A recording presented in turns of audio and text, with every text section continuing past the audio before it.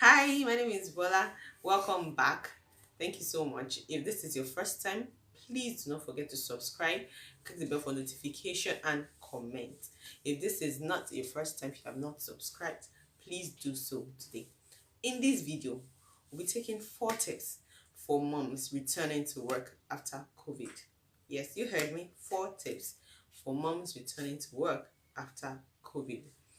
First thing, for a mom going back to work, the first step we'll be looking at is schedule your quiet time. Yes, you heard me. Schedule quiet time, meaning you need to have that alone time. Time whereby you meditate on the word of God, time whereby you pray for yourself and your family, time whereby you seek clarity on issues that seemingly beyond you, meaning issues that you really cannot find answers to. So you need to schedule a quiet time. That's why when we were growing up, like for myself, for example, then we see my mom as this woman has all kind of spirit. But we didn't know that she would have prayed very early in the morning, and she would know basically most things is you're hiding as a teenager, as a youth, as a child. She just smile and tell you, don't do this, don't do that. How did she know? She always had a quiet time, a place whereby she went to God to seek his face about us. So as a working mom, you need to have that quiet time. Even if it means you waking up very early in the morning, giving yourself like 20-15 minutes. I know Lagos is crazy, you want to beat the traffic, but it can't go back to the way things used to be. A lot of organizations have still not resumed and they're not resuming, while some resuming because of obviously the lockdown is facing off gradually. So for those of us going back to work, please always schedule a quiet time. Try to wake up earlier than the whole house so that you have time for yourself. Then the second point we like to look at briefly is go back to a routine. You observe that over the period of COVID, where the lockdown and people were at home, a lot of parents, for lack of something else for the children to do, they rather say, you know what, sit in front of the television. Oh, this is your game pad. Go and play game. Children wake up in the morning from bed straight in front of TV. So you have to go back to having a routine. Children will get used to this routine again, and to make it easy for the transition for you going back to work and for them going back to school. So as parents or as a working mom, this is very important. Don't leave things to chance. Don't say when that time comes, when that beach comes, we'll cross it. Your body gets used to certain things, so you need to give your body time to adjust. Same thing with children, even though they seem to adjust faster than adults. So the second point is go back to working out a routine with your children and stick to it. There's wake up time, there's food time, there's chore time, there's book time, there's game time, there's sleep time. Stick to it strictly. So by the time you resume fully back to work, it will be easy to transition from this point to that point. Okay, so the third point we're looking at is have a planned shopping period. Plan your shopping. Don't buy things spontaneously. Oh, milk has finished. Oh yeah, let me quickly go and buy from down the street. Oh, there's no milk. Oh yeah, quickly go and buy. The little 50 naira there, 20 naira there, 100 naira there. If you pile it up, it comes to a whole lot. So you have to have your plan. And thank God for the lockdown, because a lot of mothers now, we now know to a large extent, we can estimate the quantity of items that we use in the house, maybe in a week, in a month. So you can buy your items based on your knowledge, your recently acquired knowledge on the quantity of each item that is used or consumed in your household. So plan your shopping. Do not wake up in the morning and realize that there is no milk.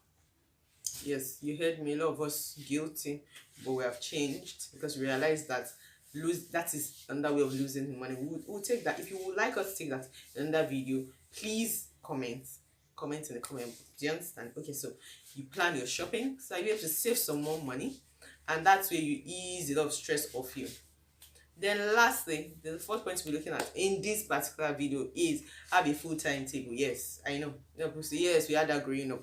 When it was time to eat yam, mom will look at it. Is yam eating? No. Go and eat rice, Jerry.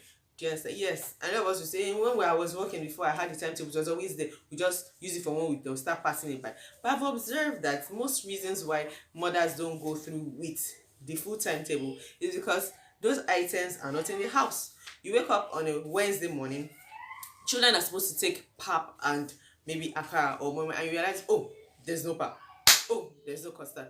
You know what? Change it. Let them take cereal like that.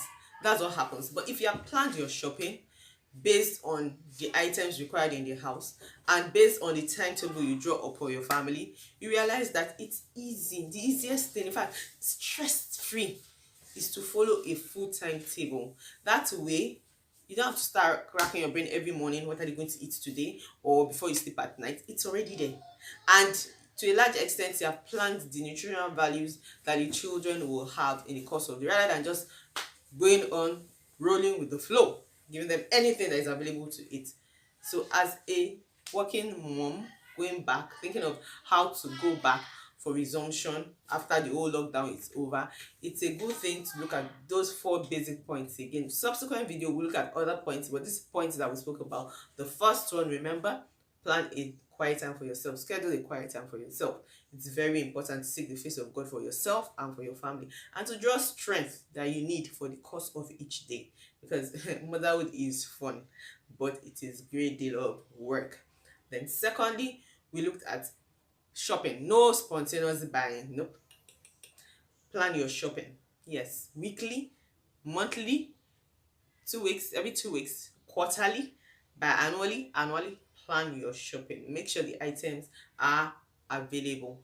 Don't just buy things from everywhere. Then have a routine. Go back to a routine with your kids. It's very important. Make sure that they start adjusting. We can't be locked down forever. So at a point in time, lockdown is going to be completely off.